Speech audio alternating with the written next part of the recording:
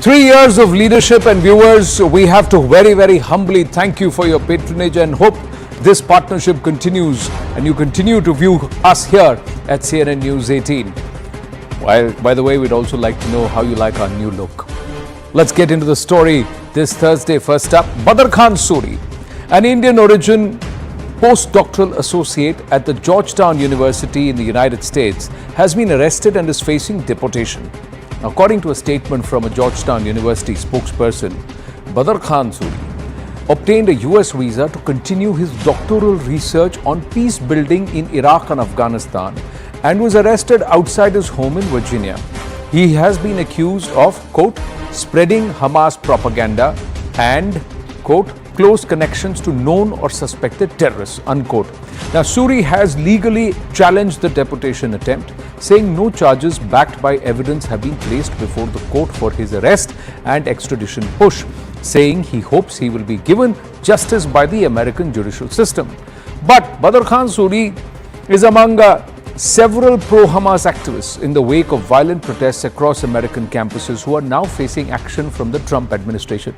In fact, Donald Trump has even invoked the Alien Enemies Act of 1798 to take action against those he deems enemies of the American state. Now, while the counter-allegation is muzzling of free speech and expression, top intelligence sources close to home have brought to light the nexus Badar Khan Suri belongs to. And this is a CNN News 18 exclusive. US agencies are saying his visa has been revoked under clause of threat to foreign policy in the US. Intelligence sources closer home here in Bharat say he is going to be deported to Bharat and he will be questioned on his linkages with the Hamas. Now, intelligence sources are trying to find out if these linkages are restricted to online propaganda or is he involved in any military support to the Hamas too. He will also be questioned on his associates in Bharat. Intel sources say his father-in-law, Ahmad Yusuf, was an advisor to the Hamas leader Ismail Haniyeh and a member of the Muslim Brotherhood for the last 45 years. Now, this also raises questions on American universities being havens for propaganda and radicalism in the garb of free thinking and, of course, humanities studies. Now, beyond Badar Khan Suri and other academics, there are other academics who have become part of this entire ecosystem and have found a place in Western intelligentsia. Let's have a look at some of them and then raise the larger question. Ashok Swine of the Uppsala University in Sweden. His OCI was axed over, quote, illegal activities inimical to Bharat's interests. Wendy Doniger, American Indologist. Penguin withdrew her book, The Hindus, An Alternative History, now as she faced legal charges of distortion to denigrate Hindus. Audrey Trushka, Rutgers University, published a book on Aurangzeb and faced charges of rationalizing atrocities on Hindus. Nitasha Kaul, University of Westminster, denied entry into Bharat over alleged pro-separatist comment on Kashmir. Vijay Prasad, historian at Trinity College. He is the executive director of the think tank Tricontinental. New York Times reported that he received funds from Neville Singham for Chinese propaganda. So the larger question that we are asking is, are Western varsities or varsities in the West becoming a sanctuary for such propagandists? Is it now becoming a hub for pushing, thrusting radical ideology that may cause social disharmony and anarchy in the garb of free thinking, free speech and humanities studies? Let's take this conversation forward. Professor Lavanya Vemsani, author, with us. Professor Nachiketa Tiwari, academician, with us. And we should also have Professor Manojit Mandal, political analyst and also a teacher at Jadavpur University, to join us anytime soon. Lavanya Vemsani ji plies her wares in the USA. Professor Nachiketa Tiwari is associated with the IIT in Kanpur. Namaste to everybody. Thank you very much. Let me first go across to Lavanya ji. Lavanya ji, what is happening under the Trump administration? What is your take on it? And then the larger question, are varsities in the West becoming a hub for such individuals and propagation of such ideology? Thank you for having me, Anand. So yes, both questions are very relevant. And yes, for both questions. Versities, of course, yes. The left ideology in the name of freedom of speech has actually become a hub for terrorism, supporting violence and activities that can be deemed anti-human rights, anti-peace. However, they show them as human rights activities, peace activities, but it's not. They are supporting terrorism. They are supporting terror activities. The links are coming out. So Trump administration is taking strict action under Pam Bondi and Kash Patel and Tulsi Gabbard. So there is strict action to control domestic terrorism. So they are taking action. They are bringing out these links. There are lots of campus protests after October 7th, as you are aware. So they are trying to expose the links by arresting the protesters and the organizers of these protesters, which will bring out many of these terrorist links. And surprising thing is, some of them are linked to India. So it's important for India to be proactive and examine the links that these people have in India. And Hamas, of course, there is evidence that extending into India. So it's time for India also to be proactive and examine these links. But Lavanya ji, Hamas is not a banned or a proscribed organization in Bharat. There is an expression of support for Palestinians on the streets of our country, which happens quite often. But my larger question to you is, where is the line? Where does the buck stop? Or is it a grey area? Such propagandists in the name of humanities studies, when they push these thought processes, that's also filters into the education system in Bharat. So is that a problem? Is that a concern? But is it within the scope of legal scrutiny? Or is it in that grey area where such elements can escape legal scrutiny in the garb of academic pursuit? It is done in the garb of academic pursuit. It has crossed the line. However, the left has supported this. Left has actually encouraged it, I would say. However, there is close scrutiny. And as far as the definition of freedom of speech goes, it doesn't extend into supporting destruction of properties, violence, or supporting any organizations that support violence. So this has entered into the gray area. So it's a problematic area, and the Trump administration is attempting to get into stopping the misapplication of freedom of speech. Of course, freedom of speech is important, but not support of violence. See, not even support of violence. It's about the doctrine. There are those who may espouse, and there is a difference that should be drawn between a support for Palestinian cause and supporting Hamas. Now, Hamas in its official doctrine talks about wiping out Israel and the entire annihilation of Jews. Anybody who supports a thought process like this, what should be done with such people? Professor Nachiketa Tiwari, Manojit Mandalji is also with us. Manojit, namaste.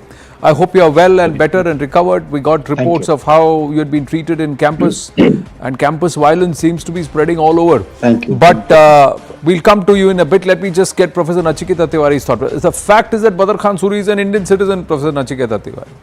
And there are a lot of people of Indian origin who are available at these varsities. One of them, a professor who is now just fled to Canada. So they will find areas where they'll ply their wares. Now, is the issue these people who have a particular thought process, or is it academia and varsities which allow such thought processes to flourish in the garb of free thinking and humanities studies, etc.? Sure. So I'll talk about the ideology part first, because I think that's the crust of the larger problem. So after the Second World War, there was a lot of hopelessness, especially amongst leftist circles, that beyond Russia and China, communism couldn't advance. And they came up with a bunch of theories in Frankfurt and in Italy, and then some of these theories came to United States, known as critical theory, and then later it was succeeded by postmodernist thought. But at the end of the day, the basic goal was that how to establish the supremacy of Marxist thought, and if for that reason violence is required, then even that was intellectually, I mean, when you go to their texts, it was intellectually justified. So this is not in context of India. I mean, this was an outpouring of frustration, and a lot of this theorization happened in that particular context. And in that, and then as these theoreticians developed further, they have developed very elaborate argument as to why existing structures, especially in the West, and now with training from their gurus in the West, we have imported similar ideologies in India also, that why existing structures of society, nation, culture, everything needs to be destroyed. I mean, I'm very serious, and Lavanya Vamsani can correct me if I'm not saying this accurately enough. They actually need to be destroyed if you want to promote equality and fairness and all this stuff, which is the original goal of quote unquote Marxism. I mean, so so violence is okay, destruction of every structure, family, religion, language, culture, whatever. If it requires to be destroyed, it should be destroyed. And in that pursuit, even if violence is required, that is intellectually justified. The third layer to this is that they just don't talk about theorization. There's also this word called praxis, so that you have to go out in the field and actually practice it. So you have a lot of scholars and professors from Delhi and far off places. They visit to places, not just for the fun of it, in the heartland of our country and so on and so forth, where they learn, interact, and try to figure out how to craft narratives, how to develop strategies. So this is the overall framework in which this modern intellectual, leftist intellectual works, and that is the way to work. Now, in this process, what has happened is that the original content creators have been the West. We have barely, we have just followed their tracks. These ideologies get imported into our country. From morning till evening, in universities after universities, this stuff is taught. So it's silly to expect that the students will not fall for it. And this is what's happening. And what we are seeing is, so these students get trained here, and some of these have really harbor very acute sense of, that they are going to solve this global problem, and they are going to, do something, and their innocence and their vulnerabilities are exploited, and then they are roped into these ideological struggles. Right. And on top of that, there's this Islamist movement across the world. Again, it has been fueled a lot to a very large extent by the Americans. So they also tap into this frustration, and these bridges get developed. Right. And the consequences, you have this Mr. Badar Khan, or a few days back we had another national or citizen of our country who was, whose visa was annulled. Correct. So this is the way this is working, and and then they go to USA to further excel in these theories, with the expectation that after getting degrees, they'll come back as super experts in this, and then they will be, doing the same stuff. But this time, what they did was that they not only tried to mess around with integrity. So just another 20 seconds. They not only tried to mess around with the integrity and safety and security for our country, but they went a step beyond that, and they started doing stuff related to American security, American safety, American, and they trespassed the boundary.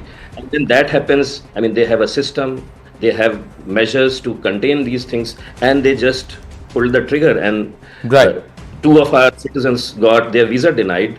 And what you are telling me is that Badar Khan is in bigger trouble.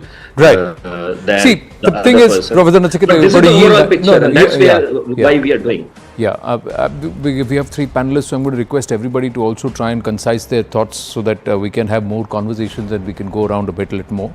Professor Manojit Mandal, where do you stand? See, his father-in-law, Ahmed Yusuf, was Ismail Hania's advisor in 2006-2007. Now, there is, Ahmad Yusuf has been a member of the Muslim Brotherhood for 45 years. Now, a Hamas ideology which says, I need to wipe out an entire... Now, is that not a radical ideology? Should that come under the garb of free thinking? Where do you draw the line? Even in academia. Professor Mandal. No, I think I would largely tend to agree with my previous panelists that the garb of free speech or research in the areas of humanity, you cannot propagate violence. Even if you're not practicing, even propagating violence is not simply done. Even if you think about ideological, commitment to violence, I think is simply not allowed. I think, Anand, this is tragedy of the nation is that, we had two great sons in this country born, in the beginning of, who ruled in the beginning of 20th century, Tagore and Gandhi. Neither believed in the idea of violence. Okay. It's such a pathetic paradox that many of our students, including the university that I am residing at this point in time, or even in JNU and in some other parts of the country, some of their version of leftism. I have tremendous regard for what Karl Marx did in his time, but to get it distorted in their own ways, where violence becomes an ideology, and still continue with that, maybe as my previous panelist, talked about, out of frustration, out of what we call misdirection, misguidance, whatever. But at the end of the day, violence is not justified in the land of Gandhi and Tagore. It cannot be. And if this particular researcher who hailed from India, I believed, and now he's having some kind of trouble in the US, if there are links, direct links, even in the terms of propagating violence, it should be proven in the court of law, and law should take its own course. I believe, whether Marxist or not, whether Marxist, centrist, the leftists, the rightists, violence in Indian ideology, Indian politics is never simply allowed. Even in our traditional system, look at what kind of literature used to have. You think about Ramayana, Mahabharata. They were not literature to be shown on TV. They were to be heard. You have the latent narrative of violence in both Ramayana and Mahabharata. But unlike the Western tragedies, unlike Western literature, you do not have violence shown on TV, because the great epics of India, they were never meant to be shown. They were just meant to be heard. They were poetry. They were not meant to be shown. Even in our dramas, violence has no place in Indian culture. Yeah, but Professor Mondal, see, one of the things that what I'm trying to say, yes, Lavanaji also, that violence I don't agree with... no, I agree. But I don't agree with Ramayana and Mahabharata not shown. No, that's not true. No, it's not that. There, violence was the last resort. Violence was not the first option. See, there is a big difference there. When all else failed, failed, and the Akranta or the perpetrator crossed all limits, that's when violence was resorted to. Even then, before the first sword was raised, there was another attempt at peace. So there is a difference there when you fight on the... But look at Lavanya ji, in the case, this is still matter is sub judice, and the NIA is pursuing it. What happened in Delhi with Sharjeel Imam? It started from the colleges, right? It started from the universities and spread onto the streets. What happened with Badar is the same question and the allegation the Americans are raising. But my question there is, where do you know what they have done and what they have instigated? It's so difficult to prove it in the court of law. So what can academia and universities and varsities do there? Please, Ji. The universities can actually have examine the views that are expressed. The universities also have access to the course material that is being taught. So if there is any literature or there is any ideology that is supporting violence or encouraging violence, that should be taken into consideration. It's not that it should be stopped, but it should be taken into consideration of where this is leading to. So if it is leading to violence, if it is encouraging violence, or it is urging people to undertake violence, or it is being used in support of violent organizations, an action should be initiated. So universities should be proactive. So universities cannot really not equipped right now, but it's important that universities prepare to undertake such actions. No, but is it done by design, Professor Nachiketa Tiwari? Do universities encourage certain departments, and is it done by design that let's identify professors, let's identify these professors, these academics will then identify students who will push this? So that means that there is a certain influence of the donors, the people who are giving the funding, who are backing such curriculum. So where who monitors all of that? And that could happen closer home in Bharat also. Yeah. So I Funding know sources are an issue. some of the very prestigious universities after 9/11, because 9/11 happened, so there was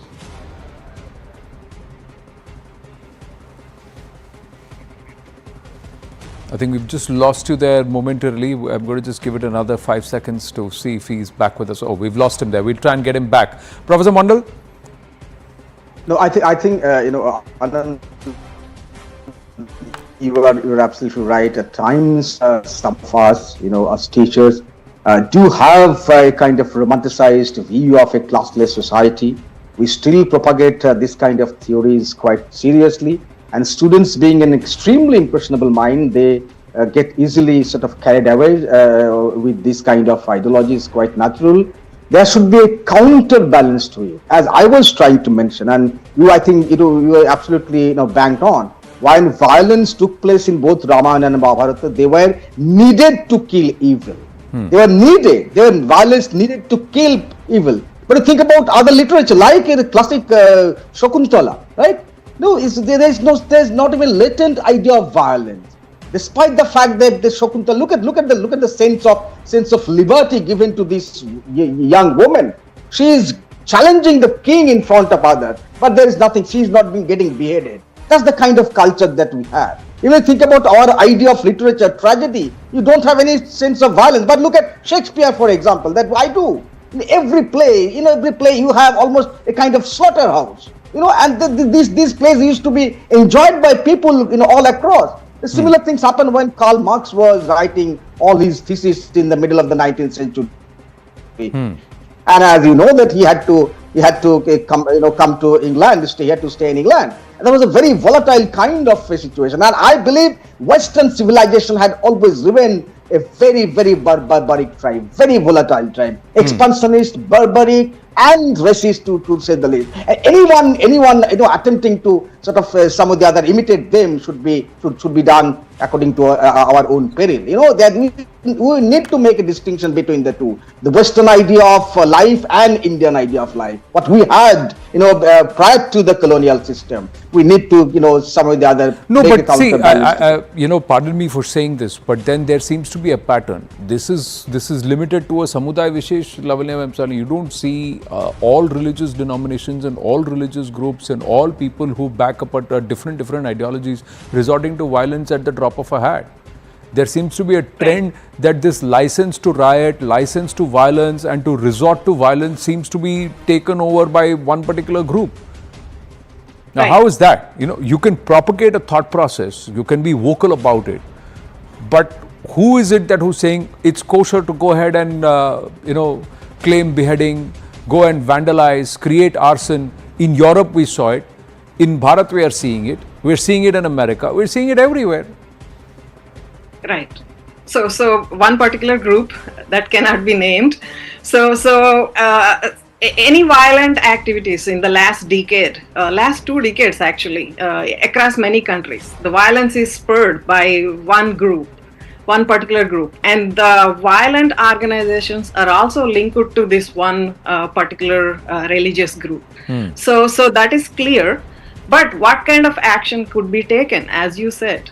So what can be done, right? Under the freedom of speech, it is spreading into universities, campuses. So what can the campuses do? What can the universities do? So all violence, all support for violence should be taken very seriously. As my previous panelist said, students are young, impressionable, so it should be carefully constructed. It should not be completely support for violence. Any support for violence, ideologically driven, religiously driven, fanatical, all these are should be dealt with seriously. As you said, some of these terrorist organizations are banned in one country, not banned in other country, and they are okay to be operating in one country, not okay to be operating in another country. There should be kind of universal human rights designations, universal human rights understandings, universal sharing of data on terrorism and how this is being spread. If they are focused on one place or one campus or one event, this is not going to be completely successful. So to successfully root out the causes of violence, the activities that are taking place, there should be an interlinked, direct sharing of data and activities from the governments. Right. Not just that. Is it so difficult to delineate a political agenda to a genocidal one? Where if the agenda is not politics, the agenda is the cleansing of ethical cleansing, demographic cleansing, social cleansing of a particular community by another group, then should that ideology be allowed as a part of free thinking? There is a difference there is a difference between political ideology, political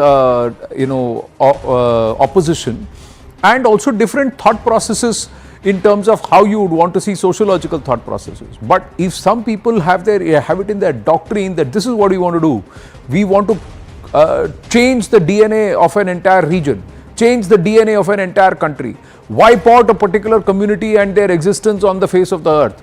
Can such thought processes be propagated and be allowed on the garb of free thinking in campuses? Professor Manojit Mandal. No, but first of all, I'm not in favor of demonizing a particular class of people or a particular religion, because the riots that I was referring to did not happen any of were not perpetrated by any of the religious groups that tangentially my speaker was talking about. Riots happened in London a few years ago. Riots happened in USA, a few years ago when Trump administration was about to go. There was an attack on Trump even a few months back when he was sort of campaigning. So they were not really being perpetrated by the kind of religious group that she was probably hinting at. The fact that violence, I think, has become an order of the day everywhere, whether it is the right winger, the left winger, violence has become part of politics. But the pathetic paradox of that, I'm feeling our country, when I'm concerned with my own country, we belong to the land of Mahatma. We belong to the land of Tagore, who never ever propagated violence. There lies the problem. We need to take their lessons. We need to get the lessons. What did they understand? What did they understand even by radicalism? For me, Mohandas Karamchand Gandhi was the biggest revolutionary of 20th century. Did he ever use arms? Did he ever use violence? Look at the way he used to spread the idea of peace and also revolution. If the Britishers just were scared of one person, it was Mohandas Karamchand Gandhi. I think that is also so let's agree to disagree there, that if the Britishers were afraid of one person, that was Netaji Subhash Chandra Bose, and it was the Azad Hind Fauj. But Netaji also did not look at campus violence and propagate violence among students. He decided to create a bunch of soldiers who would take on an army and fight and resort to the right kind of fight. It's not about vandalism, arson, thievery and this kind of behavior on campuses. So that's where we will Organized. And organized violence. So I think that's where we need to understand, and perhaps most varsities and most universities need to think that they will draw a line. They will say that this is where freedom of speech, free thinking ends. Beyond this, it's not free. Beyond that, then it is volatile and it's violent and virulent for society. So somewhere perhaps that needs to be drawn. Thank you, Manojit Mandal and Lavanya Vemsani, and also Professor Nachiketa Tiwari. Unfortunately, we lost the connection with him midway through the conversation. Quickly getting a move on. And this is an update. Karnataka Cooperation Minister K.N. Rajanna has made a big revelation on the floor of the House at the Vidhana Saudha in Karnataka. He has said that there was an attempt to honey trap him. He further added that there were at least 48 people involved in the preparation of pen drives and CDs, while also claiming that such a honey trap attempts were made to people across the Congress party and also party lines. And this is happening across the nation. Now that's a larger conversation, and he's made a huge allegation. He has demanded a thorough investigation be ordered by the Home Minister, asking for the names of all those involved to be exposed. Now, Minister Rajanna's son, MLC Rajendra Rajanna, has also claimed that there was a honey trap attempt on him, adding that there was a political conspiracy at play against the Congress. Karnataka BJP chief B.Y. Vijendra has demanded a thorough investigation, adding that such a confession on the floor of the House was unprecedented. After weeks of political sparring, it seems the Congress, BJP and JDS are united in demanding a thorough probe into this entire matter.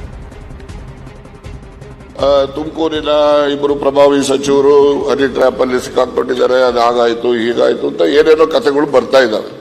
ತುಮಕೂರಿನಲ್ಲಿ ಇರೋರು ನಾನೊಬ್ಬ ಇದ್ದೀನಿ, doctor Parameshwar ಅವರು ಕೂಡ ಇದ್ದಾರೆ, ನಮ್ಮಿಬ್ರೇ ಅಂತ ಅವರ ಉದ್ದೇಶ ಅಂತೇಳಿ ಅನ್ಕೊಳ್ತೀನಿ. ಈ ಸಿಡಿ ಮಾಡ್ತಕ್ಕಂಥದ್ದು, ಪೆನ್ ಡ್ರೈವ್ ಮಾಡ್ತಕ್ಕಂಥದ್ದು, ಇದ್ರ ಬಗ್ಗೆ ಸುಮಾರು ನಿಮ್ಗೆ ಹೇಳ್ತೀನಿ, ನನಗಿರೋ ಮಾಹಿತಿ ಅಂತ 48 ಜನಗಳಿದ್ದಾರೆ, ಒಬ್ರು ಇಬ್ರು ಇಲ್ಲ. ಅಂದ್ರೆ ಒಬ್ರು ಇಬ್ರು ಅಂತ ಹೇಳಿದ್ರೆ ಬರೀ ಇವರೇ ಅಂತಲ್ಲ, ಅವರು ಇದ್ದಾರೆ. ಆದ್ರೆ ಇವೆಲ್ಲ ಬಹಳಷ್ಟು ಜನ ನ್ಯಾಯಾಲಯಗಳಲ್ಲಿ ಇದನ್ನ ಬಹಿರಂಗ ಮಾಡಬಾರ್ದು ಅಂತಕ್ಕಂಥದ್ದಕ್ಕೆ ಸ್ಟೇ ತಗೊಂಡಿರ್ತಕ್ಕಂಥದ್ದು, ಅಲ್ಲೂ ಕೂತವ್ರೆ ಇಲ್ಲೂ ಕೂತವ್ರೆ, ಆ ಪ್ರಶ್ನೆ ಬೇರೆ.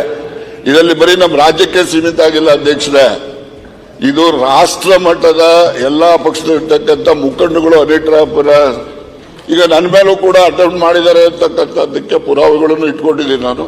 ಅದ್ರ ಬಗ್ಗೆ ದೂರನ್ನು ಕೊಡ್ತಾರೆ. ಅದಕ್ಕೆ ಗೃಹ ಮಂತ್ರಿಗಳು ಒಂದು ವಿಶೇಷವಾದ ತನಿಖೆಯನ್ನ ಮಾಡಿಸಿ ಯಾರೆಲ್ಲ ಇದ್ದಾರೆ ಅವನ್ನೆಲ್ಲ ಕೂಡ ಬಹಿರಂಗ ಮಾಡಬೇಕು ಅಂತಕ್ಕಂಥದ್ದು ನನ್ನ ಒತ್ತಾಯ.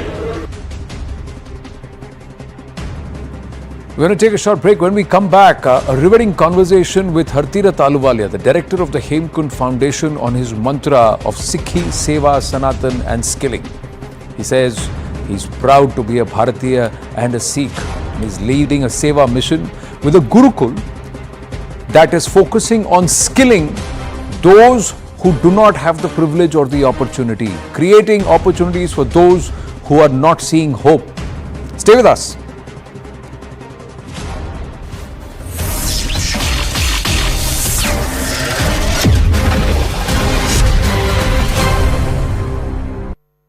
जहाज में बड़ी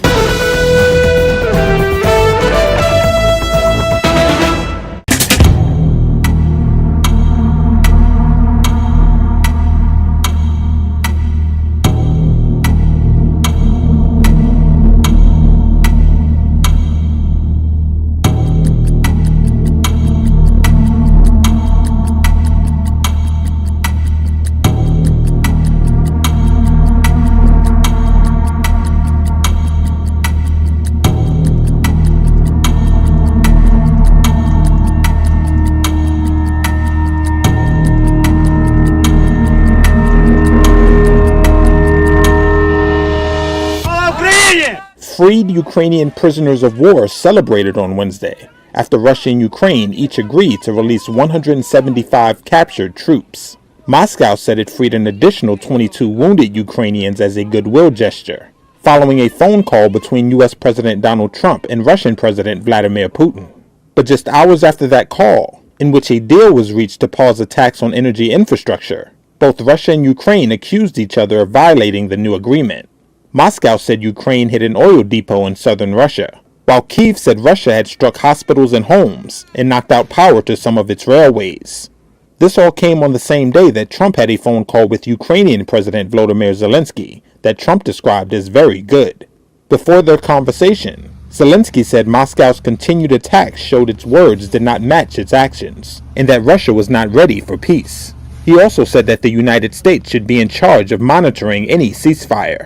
You're in no position to dictate what we're going to feel. The hour-long call on Wednesday between Trump and Zelensky was their first conversation since an Oval Office meeting descended into a shouting match in late February. Intelligence sharing in terms of defense for Ukraine will continue to be shared. Later, White House spokesperson Caroline Leavitt said Zelensky asked Trump for additional air defense support and that Trump said he would help locate the equipment in Europe. She also said Trump has moved beyond a previously negotiated U.S.-Ukraine minerals deal.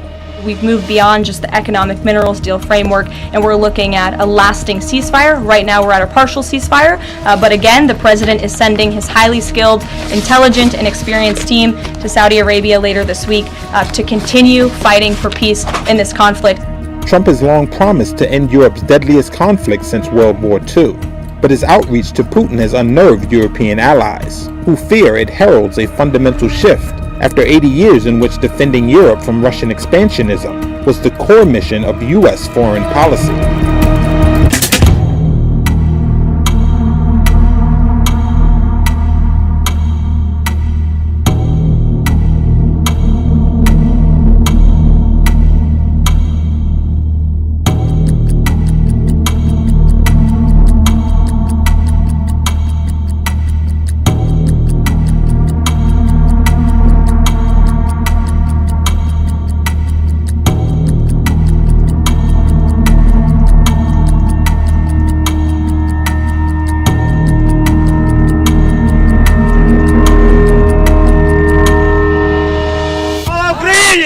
Freed Ukrainian prisoners of war celebrated on Wednesday after Russia and Ukraine each agreed to release 175 captured troops. Moscow said it freed an additional 22 wounded Ukrainians as a goodwill gesture, following a phone call between U.S. President Donald Trump and Russian President Vladimir Putin. But just hours after that call, in which a deal was reached to pause attacks on energy infrastructure, both Russia and Ukraine accused each other of violating the new agreement. Moscow said Ukraine hit an oil depot in southern Russia, while Kyiv said Russia had struck hospitals and homes and knocked out power to some of its railways. This all came on the same day that Trump had a phone call with Ukrainian President Volodymyr Zelensky that Trump described as very good. Before their conversation, Zelensky said Moscow's continued attacks showed its words did not match its actions, and that Russia was not ready for peace. He also said that the United States should be in charge of monitoring any ceasefire. You're in no position to dictate what we're going to feel. The hour-long call on Wednesday between Trump and Zelensky was their first conversation since an Oval Office meeting descended into a shouting match in late February. Intelligence sharing in terms of defense for Ukraine will continue to be shared. Later, White House spokesperson Caroline Leavitt said Zelensky asked Trump for additional air defense support, and that Trump said he would help locate the equipment in Europe. She also said Trump has moved beyond a previously negotiated U.S.-Ukraine minerals deal. We've moved beyond just the economic minerals deal framework, and we're looking at a lasting ceasefire. Right now, we're at a partial ceasefire, but again, the president is sending his highly skilled, intelligent, and experienced team to Saudi Arabia later this week to continue fighting for peace in this conflict. Trump has long promised to end Europe's deadliest conflict since World War II, but his outreach to Putin has unnerved European allies, who fear it heralds a fundamental shift after 80 years in which defending Europe from Russian expansionism was the core mission of U.S. foreign policy.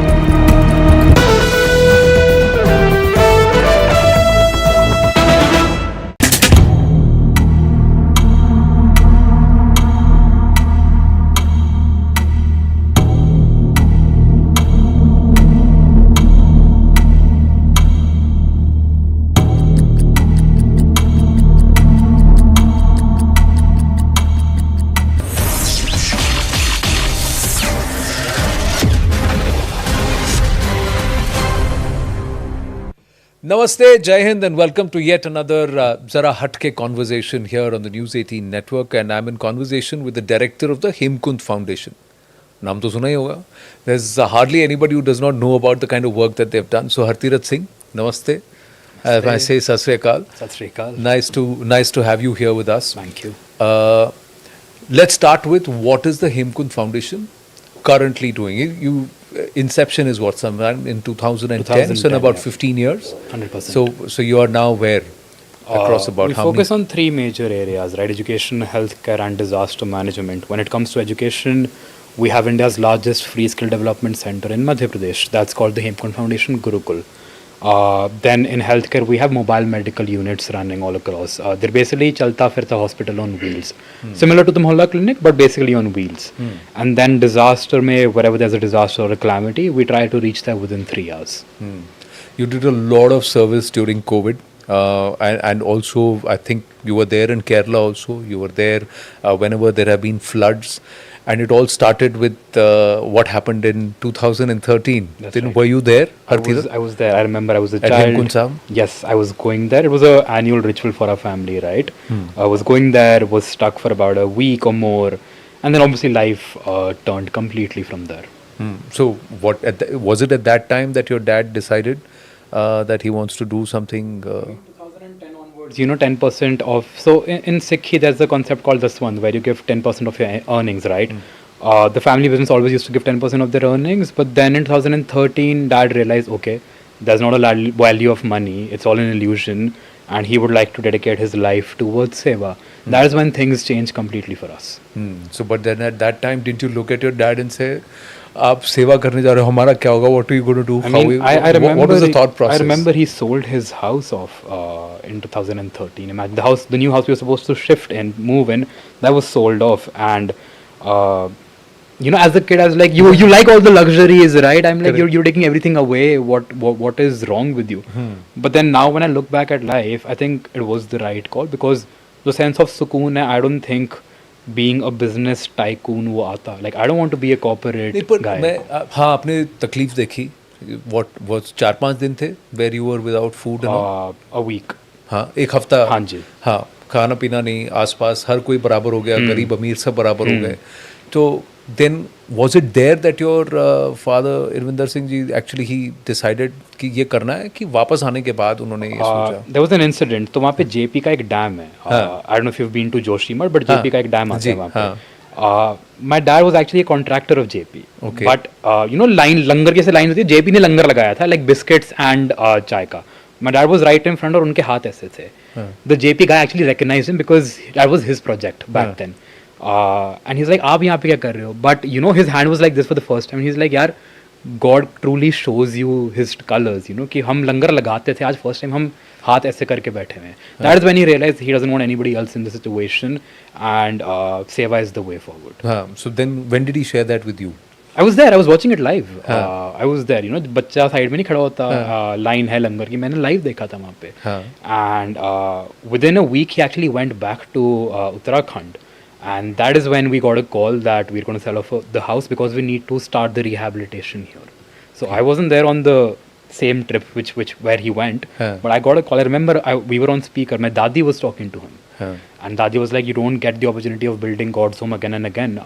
So do whatever it takes."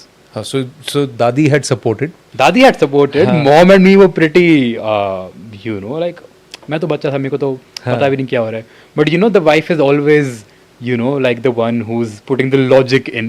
Correct.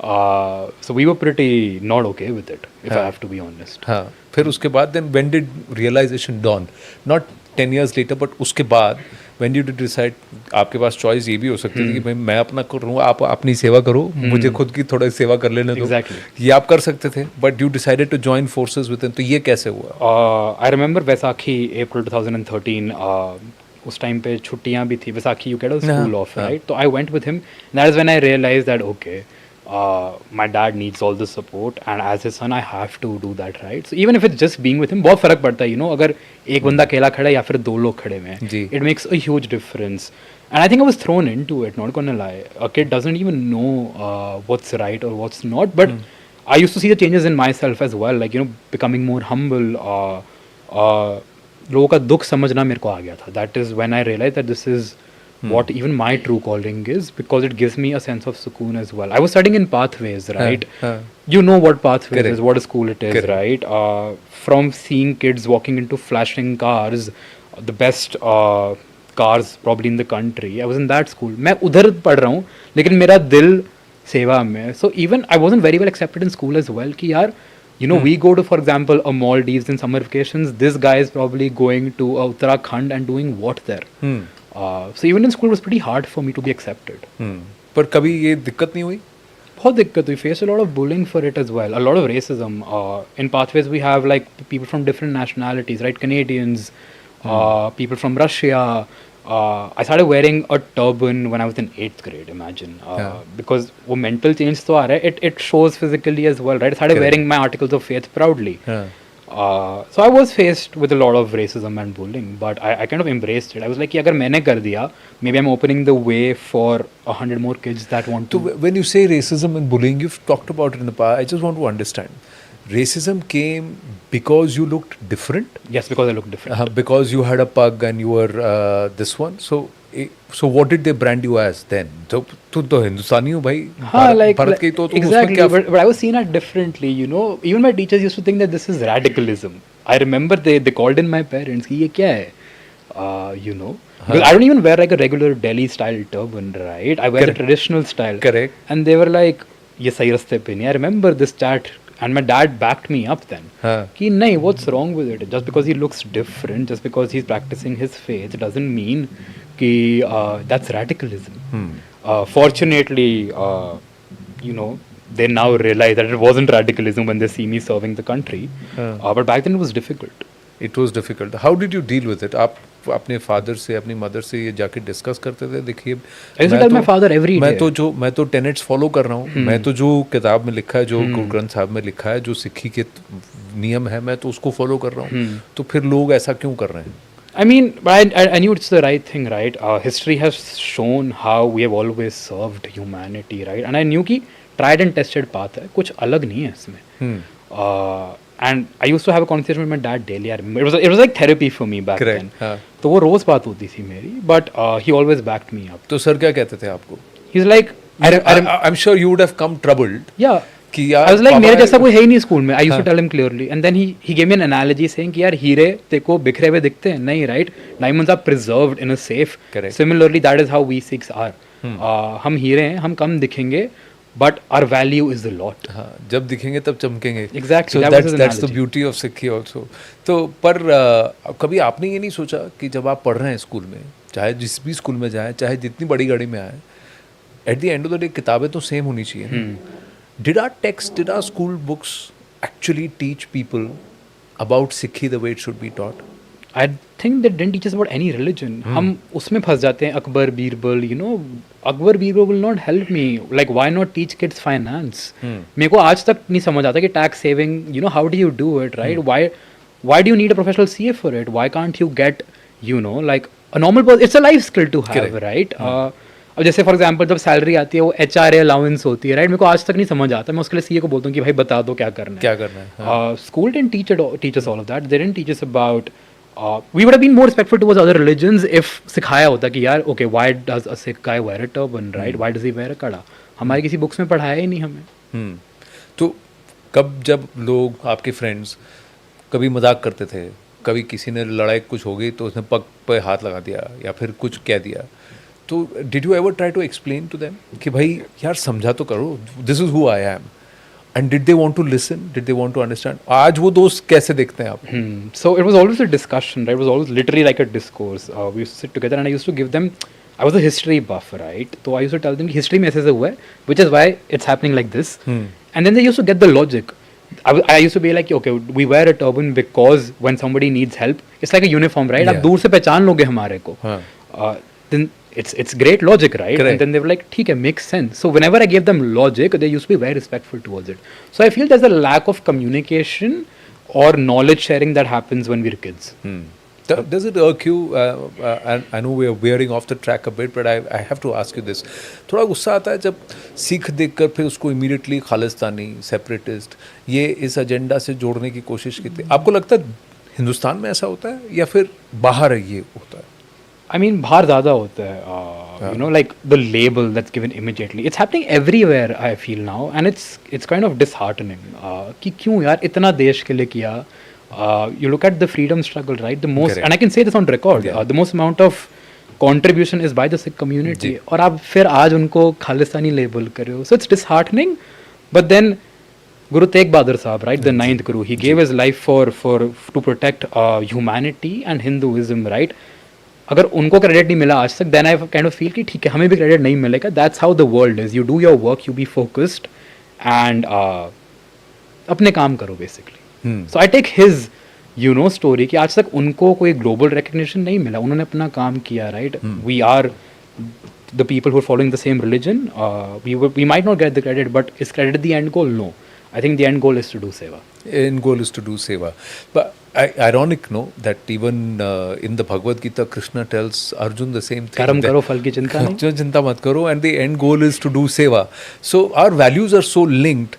I want to come back and say कि जब आप Hemkunt foundation में बच्चों को पढ़ा रहे हैं, so do you try and get them to understand who Sikhs are, what Sanatan is, what Hinduism is, how we are all linked, what our core values are? Is there an effort there, or are you just focusing on giving them basic life skills and education? We give them life skills and also teach them about every religion. Like for example, before even you mentioned, right, Krishna ji ne ye bola, I knew it because I myself have read the Quran and the Bhagavad Gita and the Mahabharata as well.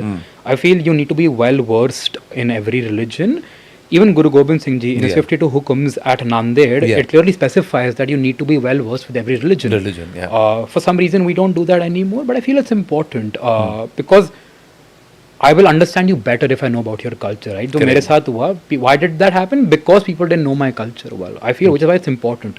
And it's a conscious effort to make sure that the child knows about every religion.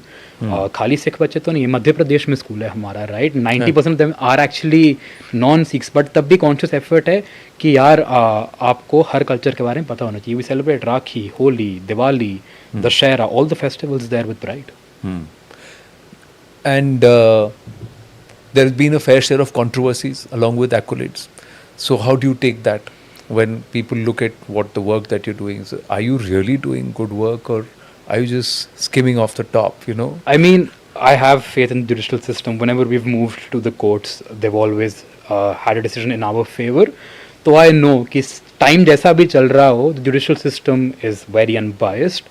And पता है ना कि दिल में कि यार कुछ गलत नहीं किया, तो we will come out victorious. हाँ, क्योंकि मध्य प्रदेश को लेकर भी यहाँ पर क्वेश्चन Exactly, बिल्कुल है. हाँ, कोविड को फंड्स को लेकर. हाँ जी, FCRA मैं तो खुद बोलता हूँ कि FCRA भी वो किया था, but again the FCRA controversy we came out victorious. We haven't raised a single penny from abroad. तो मेरे को judicial system पे पूरा भरोसा है. हाँ, तो फिर ये कौन है जो आप पे आरोप लगाते हैं? क्यों लगाते हैं? उनका कोई मोटिव आपको लगता है? जरूर होएगा motive, right? You look at so many NGOs being constantly shut. Why? I don't get it. Mother Teresa Trust बंद. Khalsa Aid in India बंद. क्यों?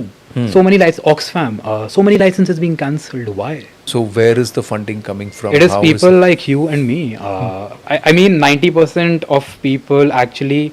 So I'll tell you NGO कैसे चलती है. You know, there's CSR and there's retail funding, like people and you and me, individuals. Correct. With every NGO, we see that 80% is actually CSR funding, like corporates donate, like for example a Facebook, right? Or a L'Oreal. और 20% आम जनता देगी. हमारे साथ उल्टा है. 80% आम जनता देती है, 20% corporates. Why? Because the trust is so much. They've seen the work we do. क्या कर रहे हैं? And आपके जैसे लोग, like अगर आपको फोन दिखाऊंगा मैसेजेस, उसमें 10-10 रुपए मेरे को लोग, you know, बैंक में आते हैं, उसके मेरे को नोटिफिकेशन आते हैं 10 रुपीज, 20 रुपीज, 30 रुपीज. आम आदमी बहुत हमारे को डोनेट करता है. जो वो 10 रुपए आपने जेब से दे रहे हैं ना, उनके पास वो 10 रुपए शायद है नहीं देने के लिए, पर वो देना चाहते हैं. आई थिंक उस 10 रुपए के मायने किसी के 10,000 या 10 लाख रुपए से ज्यादा मायने रखते हैं. मेरे शोल्डर पे उसका वजन ज्यादा है. I'll tell you, we were during the first wave, हम लोग राशन देते थे जब जनता कर्फ्यू लगा था, राइट? तो हम एक लेन में जाके ना बार बार रोज हम वहाँ पे खाना देते थे. माइग्रेंट वर्कर्स थे. एक बच्चा आया जो ट्रेडिशनल वो क्ले की गुल्लक नहीं होती, like you know where you put your coins in, that kid came up to me. उसे मेरी गाड़ी के बोनट पे वो रखा and he smashed it. और उसमें जितने भी चेंज थे, I still remember 326 रुपीस थे. He's like, ये मेरे को अपने लिए, मैंने सोचा कि मैं कुछ खरीदूंगा, बट मैं देखता हूँ आप लोग मेरे ही गली में सेवा कर रहे हो, तो ये आपके लिए. Imagine an 8-year-old boy coming up.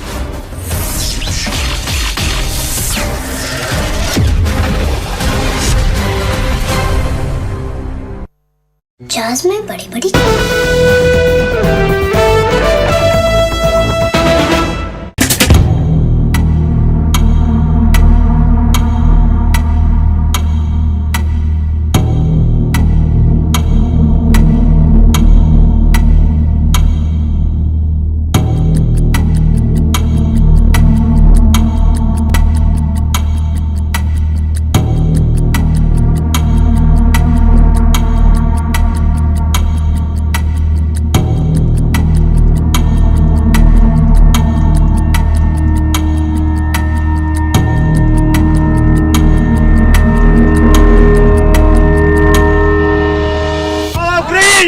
Freed Ukrainian prisoners of war celebrated on Wednesday after Russia and Ukraine each agreed to release 175 captured troops. Moscow said it freed an additional 22 wounded Ukrainians as a goodwill gesture, following a phone call between U.S. President Donald Trump and Russian President Vladimir Putin. But just hours after that call, in which a deal was reached to pause attacks on energy infrastructure, both Russia and Ukraine accused each other of violating the new agreement. Moscow said Ukraine hit an oil depot in southern Russia, while Kyiv said Russia had struck hospitals and homes and knocked out power to some of its railways. This all came on the same day that Trump had a phone call with Ukrainian President Volodymyr Zelensky that Trump described as very good. Before their conversation, Zelensky said Moscow's continued attacks showed its words did not match its actions, and that Russia was not ready for peace. He also said that the United States should be in charge of monitoring any ceasefire. You're in no position to dictate what we're going to feel. The hour-long call on Wednesday between Trump and Zelensky was their first conversation since an Oval Office meeting descended into a shouting match in late February. Intelligence sharing in terms of defense for Ukraine will continue to be shared. Later, White House spokesperson Caroline Leavitt said Zelensky asked Trump for additional air defense support, and that Trump said he would help locate the equipment in Europe. She also said Trump has moved beyond a previously negotiated U.S.-Ukraine minerals deal. We've moved beyond just the economic minerals deal framework, and we're looking at a lasting ceasefire. Right now we're at a partial ceasefire, but again, the president is sending his highly skilled, intelligent, and experienced team to Saudi Arabia later this week to continue fighting for peace in this conflict. Trump has long promised to end Europe's deadliest conflict since World War II, but his outreach to Putin has unnerved European allies, who fear it heralds a fundamental shift after 80 years in which defending Europe from Russian expansionism was the core mission of U.S. foreign policy.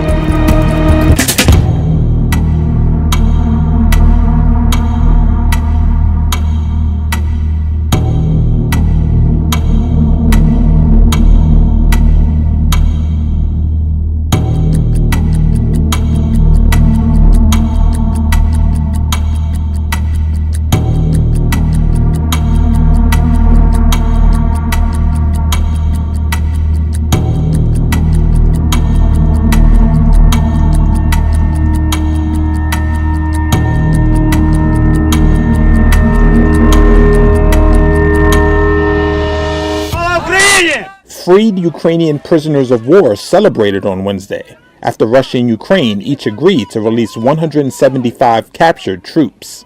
Moscow said it freed an additional 22 wounded Ukrainians as a goodwill gesture, following a phone call between U.S. President Donald Trump and Russian President Vladimir Putin. But just hours after that call, in which a deal was reached to pause attacks on energy infrastructure, both Russia and Ukraine accused each other of violating the new agreement. Moscow said Ukraine hit an oil depot in southern Russia, while Kyiv said Russia had struck hospitals and homes and knocked out power to some of its railways.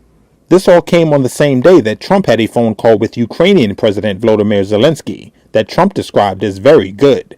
Before their conversation, Zelensky said Moscow's continued attacks showed its words did not match its actions, and that Russia was not ready for peace. He also said that the United States should be in charge of monitoring any ceasefire. You're in no position to dictate what we're going to feel. The hour-long call on Wednesday between Trump and Zelensky was their first conversation since an Oval Office meeting descended into a shouting match in late February. Intelligence sharing in terms of defense for Ukraine will continue to be shared. Later, White House spokesperson Caroline Leavitt said Zelensky asked Trump for additional air defense support, and that Trump said he would help locate the equipment in Europe. She also said Trump has moved beyond a previously negotiated U.S.-Ukraine minerals deal. We've moved beyond just the economic minerals deal framework, and we're looking at a lasting ceasefire. Right now we're at a partial ceasefire, but again, the president is sending his highly skilled, intelligent, and experienced team to Saudi Arabia later this week to continue fighting for peace in this conflict. Trump has long promised to end Europe's deadliest conflict since World War II, but his outreach to Putin has unnerved European allies, who fear it heralds a fundamental shift after 80 years in which defending Europe from Russian expansionism was the core mission of U.S. foreign policy.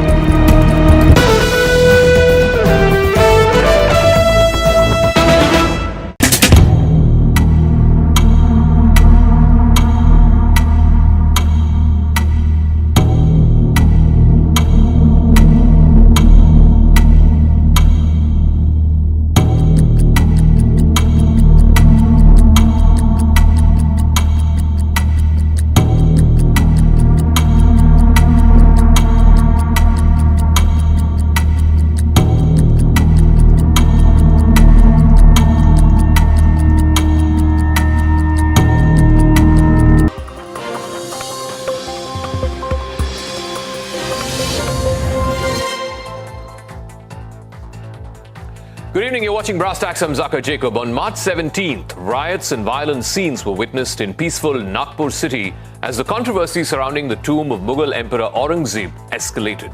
The investigation now seems to be pointing to a pre-planned conspiracy. Policemen who were injured during those riots, they say that the violence appeared far from being spontaneous. Maharashtra Police's cyber cell has now identified